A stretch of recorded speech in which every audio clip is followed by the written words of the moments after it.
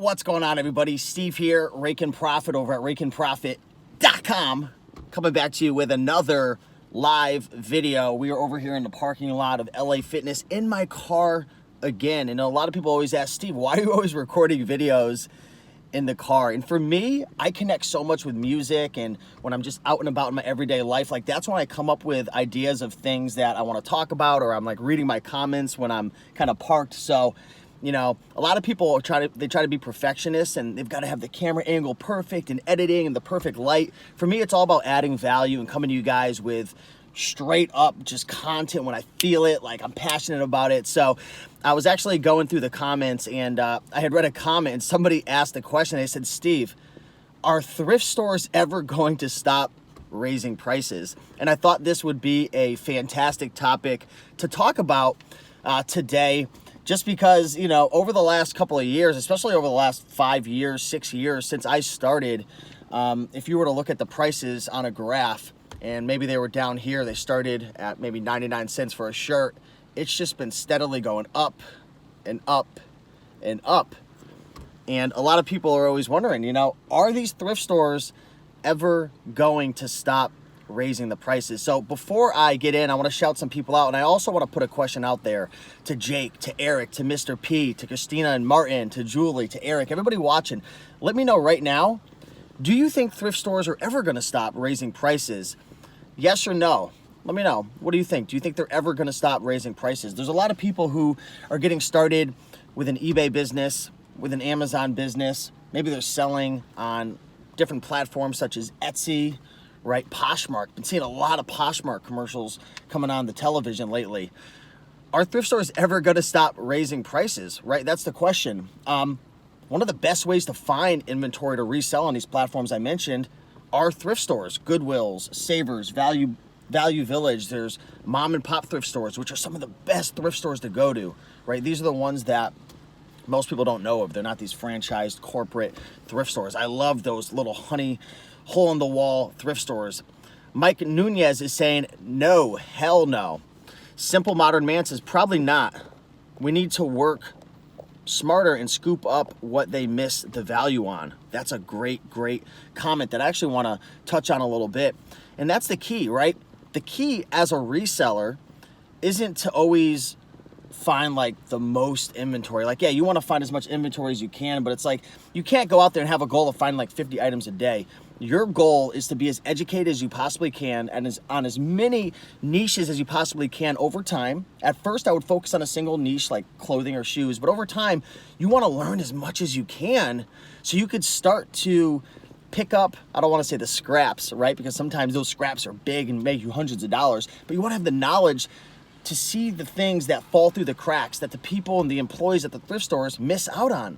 There's so many items that are out there, right, for the taking. From books to shoes to clothing to board games to video games to mugs to electronics to puzzles. You got men's clothing, women's clothing. You got all different types of shoes. There's so many various items out there. The smarter, the more knowledgeable you are, the better opportunity you're going to have of finding these products that fall through the cracks. So Katie says they've raised prime rate for me a while and trying to create some inflation now the economy is doing well. We may see it for a little bit longer. So I think it's like supply and demand. Right now, they're raising the prices. The prices are going up and up. And unfortunately, resellers are still buying these items. Like, for example, I have a good friend who's a huge toy reseller. His name's Vinny. You probably know him. You've seen in some of my videos. And the prices, they have these little bags at Savers, which is a huge thrift store. And they put these bags on pegs, and they stuff like a bunch of toys in, like a bundle of toys. They started off at 99 cents. They're now up to $5.99. And Vinny's funny because he loses his mind. He can't take it. It just freaks his brain out, like seeing these prices go up and up. And the problem is, I said, Vinny, they're not going to stop raising the prices until you stop buying the items. Supply and demand. If you're running a business and you're selling a product and it's selling and the velocity is there, why would you not keep raising the prices until it kind of levels out? So the problem is resellers are paying for these items, right? We're buying these Tommy Hilfigers, these Ralph Lauren's, these Brooks Brothers, these Asics shoes, whatever it is, right? We're paying the $9.99, the $10.99 now, because we could still sell it for 40, 50 bucks. And they used to be $3.99, but they're going to just keep raising it until that demand kind of levels out where they don't have this issue with inventory, right? The prices are going to start to go down or kind of become a little more consistent when the inventory starts overflowing and they have too much inventory. Now they have stuff that's stuffed in the warehouse and they're bringing stuff out and there's no room on the shelves anymore. Until then, the prices are going to just keep going up because it doesn't make sense for them to lower the prices because they can't get enough donations coming in. So you as a reseller paying these prices, unfortunately, you need to buy them because there's profit on the back end, but by you buying them and me buying them and everyone out there, you're just giving them more of a reason to keep raising the prices. And also with, thrift stores becoming cool now, especially to the millennials, I see more, over the last 2 or 3 years, I've seen more teenagers and even people in their young 20s and 30s going thrifting. It's like cool. It's literally cool to go thrifting. Whereas like 5 or 6 years ago, before like the Macklemore thrift store song, and I'm not saying that's the only thing that's, social media and everything has kind of made thrift stores cool.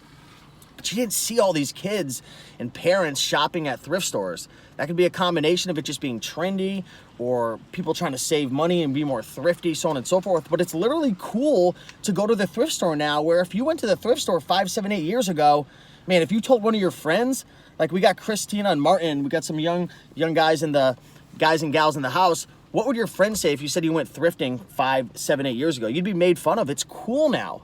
Right? So I don't think thrift store prices are going to be going down. There was a comment that came in, I think it was from Mike Nunez, saying we've got to become more creative now. You absolutely need to become more creative with your sourcing, right? Instead of just being the average guy or gal to go into a thrift store and buy, build relationships with the thrift stores. Try to get backroom access, which I learned from my good friend Romer the Roamer recently. We were going out to some thrift stores. He was asking all of them for backroom access. Now, he did get rejected multiple times, but one of them actually did bring stuff out for him, right? Like VIP service. And I was like, holy crap. He used his mind to create an opportunity that the average person wouldn't have. So thinking outside the box, being a little more ballsy, right? Kind of going above and beyond to find new ways to source that is a little outside of the box, I think is very, very important. But yeah, until that day comes where, the demand starts to kind of steady off. I mean, people keep buying it. They're going to keep raising the prices, right? So let's go through some of the comments. Patrick says, they would think you are disgusting for wearing used clothing. Exactly, but not anymore. Christina Martin says we're still getting made fun of. Okay, so maybe I'm a little out of touch now that I'm 31. Simple Modern Man says thrift stores are not the end-all, be-all of reselling. The big takeaway is you should be finding other places to source. Absolutely. I want you guys to do me a big favor. Even if you're not watching live afterwards, drop a comment and let me know what are some ways that you're sourcing right now. Let's start throwing out some ideas to help you guys out for other ways that you can source. So drop a comment right now. Let me throw one out. If you're selling books, library sales. Library sales are a great way to find a mass amount of books. Go to a website called booksalefinder.com. You can find so many books, right? We got Christina Martin saying garage sales. Absolutely, tag sales, garage sales, yard sales, whatever you want to call it.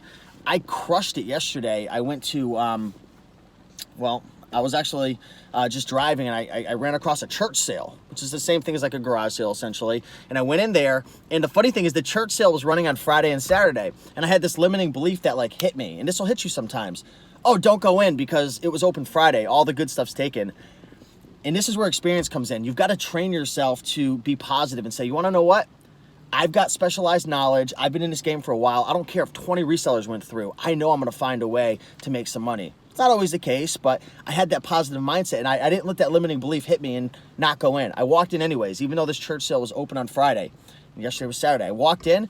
I ended up popping on like 18 books. I found 18 books. The soft covers were 50 cents. The hard covers were $1. One of the books, and I had sent over some information to my buddy Jameson and Avery because I was having a hard time pricing it. One of the books is probably going to sell for over $200. I had some $60 books, some $40 books. After listing it, I sent out a shipment of like 17 books, and I actually taught my buddy Andrew Bedford. If you're in the comments, Andrew, afterwards, leave a comment, because I taught him how to send out a shipment using AccelerList, which is the third-party software I use to ship via Amazon. And I think overall, just sending out 17 books, I'm gonna make like over $400 or $500 profit. $400 to $500 profit just on that. So garage sales, church sales, library sales, thrift stores. Simple Modern Man is talking about find a wholesaler. I source 70% of my inventory from wholesalers. We got private label. That's literally going out and sourcing generic products from manufacturers or from some suppliers and branding them and creating your own brand around that. That's huge. Flippin's sister says, I never go to estate sales or garage sales first day. There you go. Estate sales, definitely another opportunity. I have friends that will offer me things because I don't hide the fact that I resell. That's a great point that you brought up right there. That's a great point that you brought up right there. Let everybody know that you're a reseller. Hand out flyers and business cards and tell your friends and family, because everybody has something that they want to sell and get money for, but ain't nobody want to sell it. Everybody wants to sell their ish, but nobody wants to sell it because it takes specialized knowledge and hard work to sell your stuff.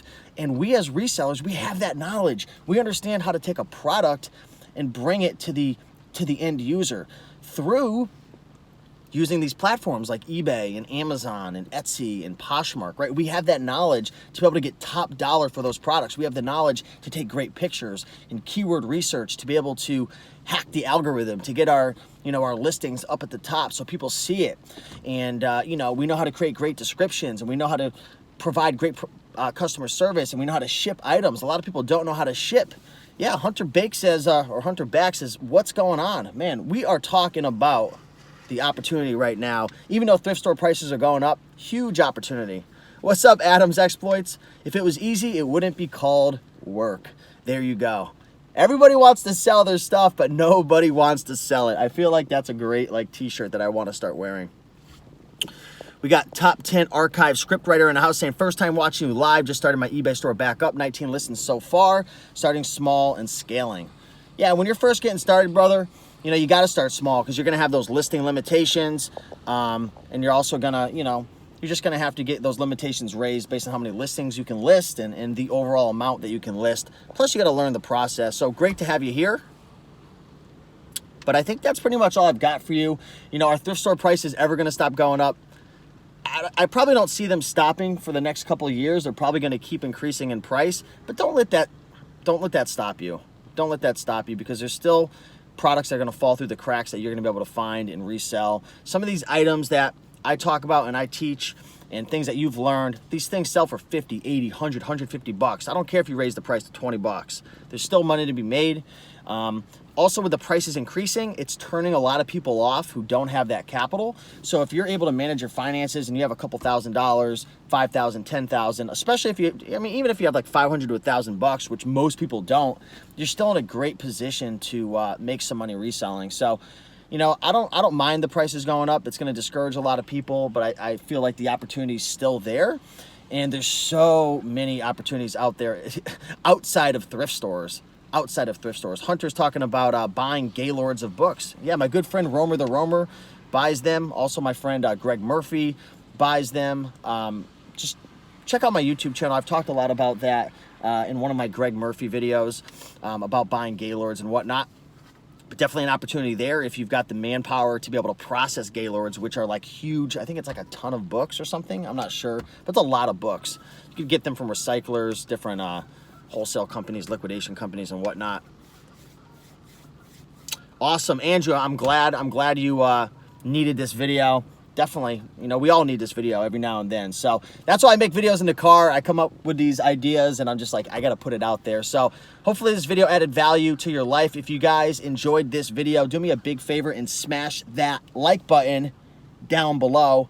Leave a comment. Let me know what your thoughts are in terms of, are thrift store prices ever going to stop increasing? Are they ever going to go down? And much love to you all. I appreciate you guys subscribing. Hopefully this video was able to add value to you, and I will see you guys in the next video. Have an amazing day. Peace.